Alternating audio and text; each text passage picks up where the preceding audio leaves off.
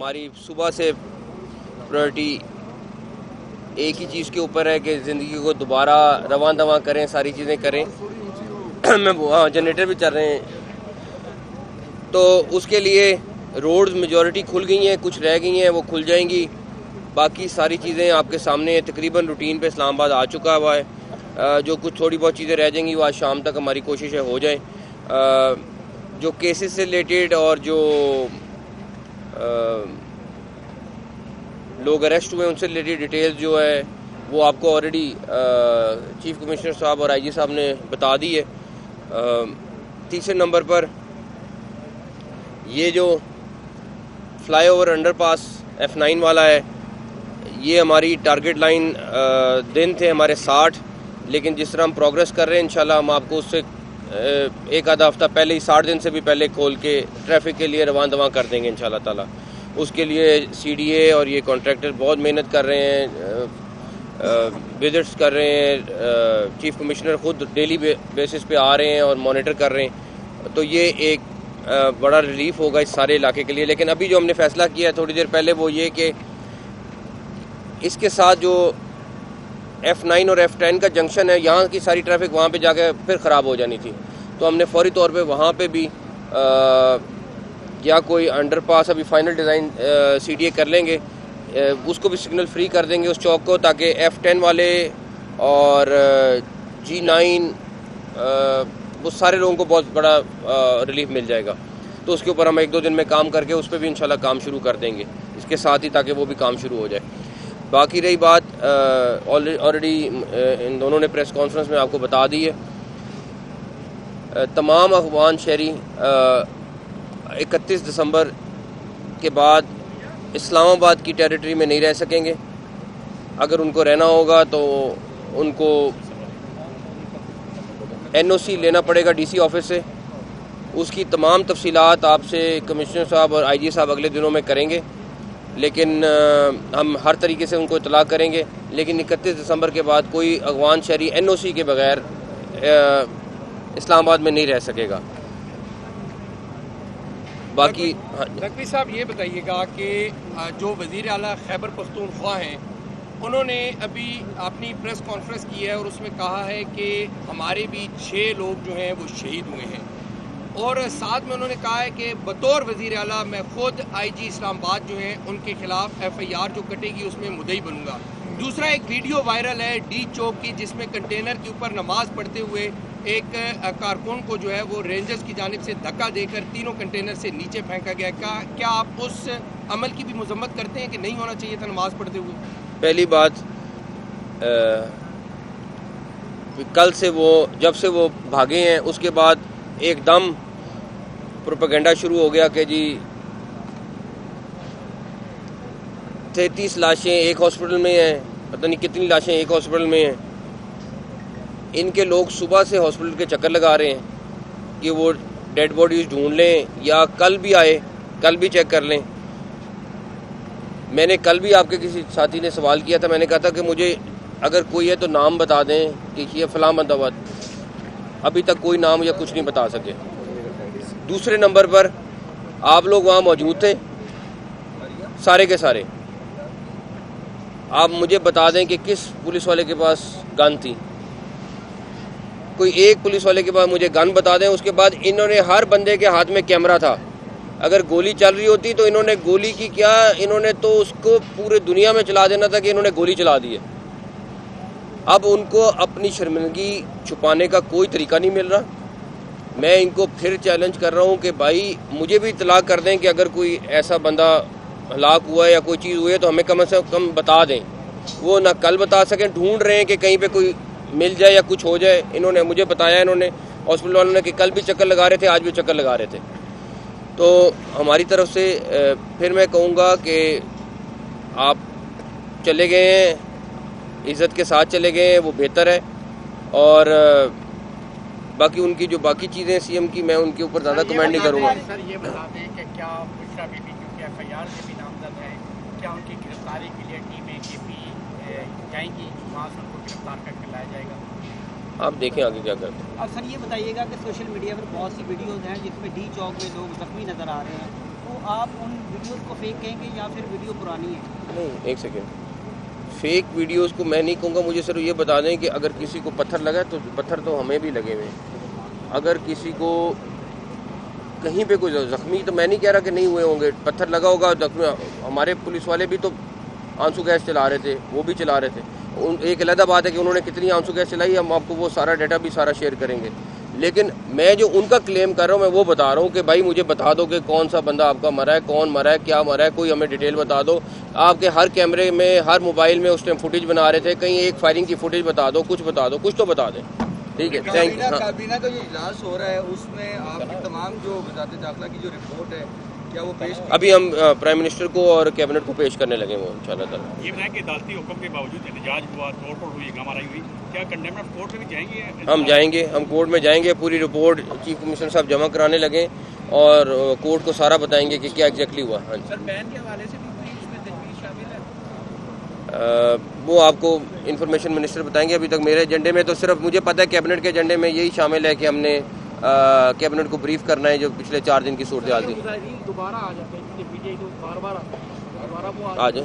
मेरे दाखिला मोहसिन नकवी इस वक्त मीडिया से गुफ्तगू कर रहे हैं, आपको बराह रास्त सिखाते हैं। एक ही चीज़ के ऊपर है कि ज़िंदगी को दोबारा रवां दवां करें, सारी चीज़ें करें।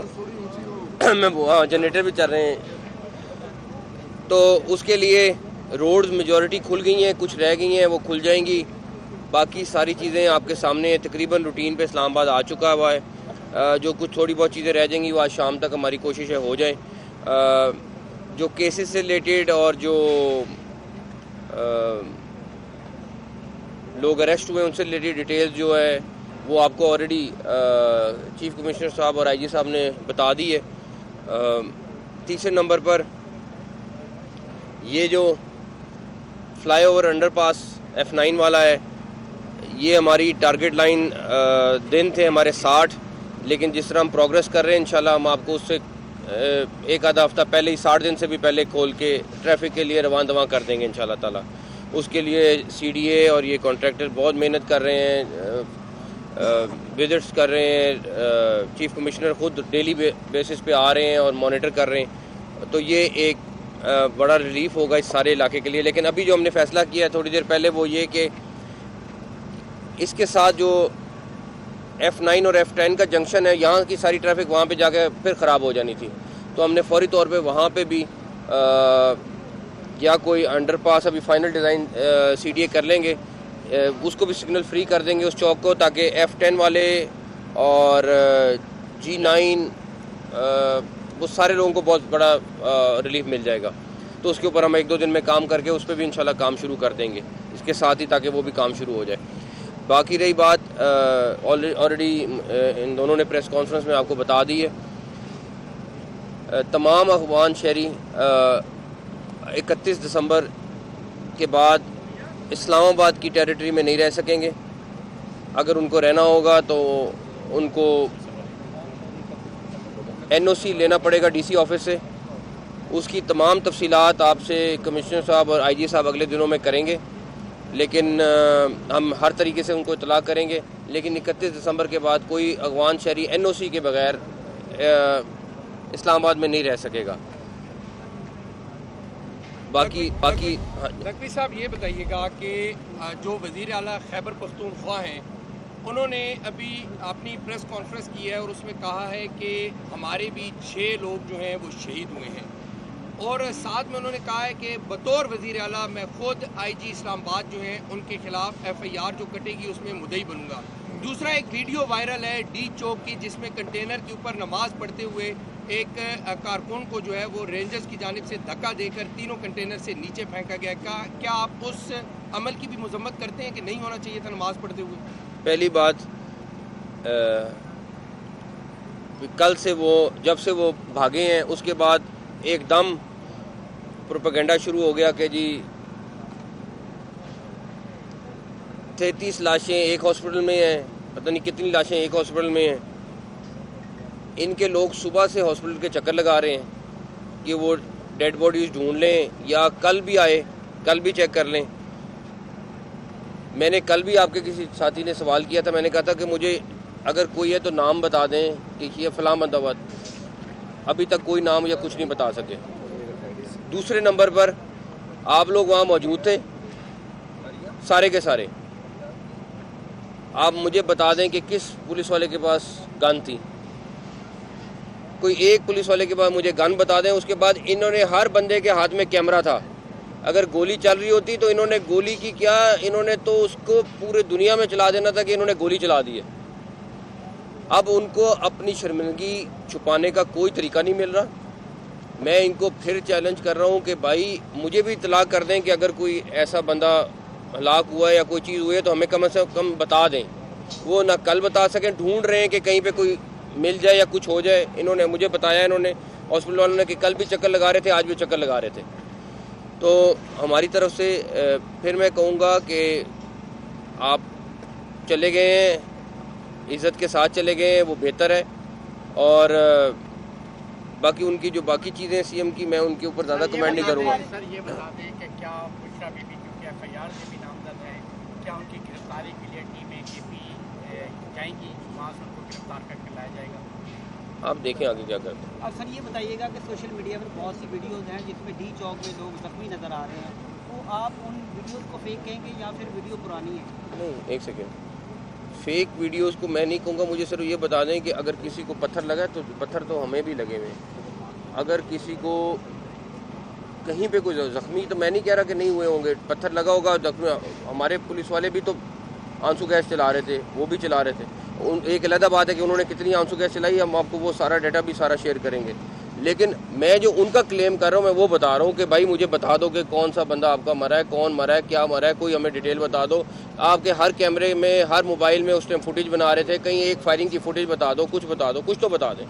ठीक है, थैंक यू। काबीना का जो इजलास हो रहा है उसमें आपकी तमाम जो वज़ारत दाखिला की जो रिपोर्ट है क्या वो पेश अभी हम प्राइम मिनिस्टर को और कैबिनेट को पेश करने लगे वो इंशाल्लाह ताला। ठीक। ये बताएं कि अदालती हुक्म के बावजूद एहतजाज हुआ, तोड़ फोड़ हुई, हंगामाराई हुई, क्या कंडेम ऑफ कोर्ट में भी जाएंगे? हम जाएंगे, हम कोर्ट में जाएंगे, पूरी रिपोर्ट चीफ कमिश्नर साहब जमा कराने लगे और कोर्ट को सारा बताएंगे कि क्या एग्जैक्टली हुआ। हाँ जी सर बैन के हवाले से भी कोई इसमें तजवीज़ शामिल है? वो आपको इन्फॉर्मेशन मिनिस्टर बताएंगे। अभी तक मेरे एजेंडे में तो सिर्फ मुझे पता है कैबिनेट के एजेंडे में यही शामिल है कि हमने कैबिनेट को ब्रीफ करना है जो पिछले 4 दिन की सूरत हाल थी। दोबारा आ जाते हैं पीटीआई को बार-बार दोबारा वो आ जाए। अब तक किसी का नाम भी नहीं बताया गया, किसी पुलिस वाले के पास गन नहीं थी। चैलेंज करता हूं किसी भी हलाक बंदे का नाम बता दें, आप इज्जत के साथ चले गए, यही बेहतर है। मोहसिन नकवी प्रेस कॉन्फ्रेंस कर रहे थे।